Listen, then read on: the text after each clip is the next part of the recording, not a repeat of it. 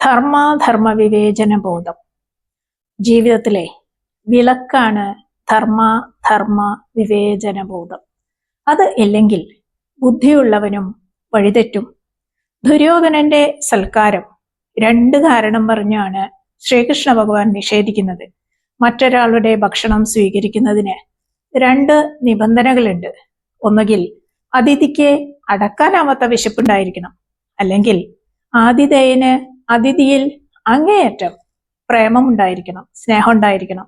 ഇത് 2ഉം നിങ്ങൾക്കില്ല എന്ന് എനിക്ക് നന്നായി അറിയാം. പിന്നെ ഞാൻ എന്തിന് നിങ്ങളുടെ ആതിഥ്യം സ്വീകരിക്കണം? ഞാൻ വന്നത് ഒരു ജോലിയായിട്ടാണ്, ഒരു ദൗത്യമായിട്ടാണ്. നിങ്ങളുമായിട്ട് എനിക്ക് ഔദ്യോഗിക ബന്ധം മാത്രമേ ഉള്ളൂ.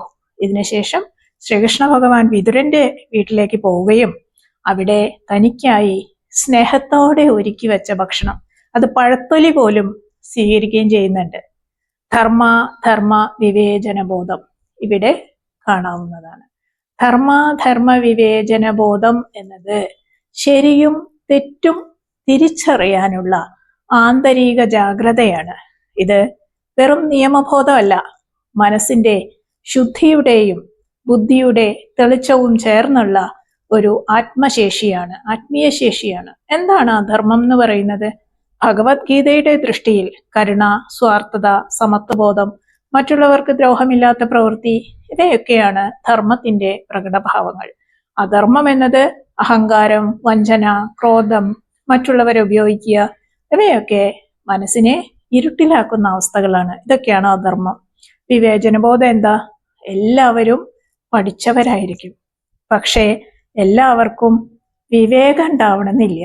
വിവേചനം എന്നത് ഇപ്പോൾ ഞാൻ ചെയ്യാൻ പോകുന്നത് എൻ്റെ മനസ്സിനെ ഉയർത്തോ അതോ താഴ്ത്തോ, അങ്ങനെ സ്വയം ചോദിക്കാൻ കഴിയുന്നൊരു ബോധം.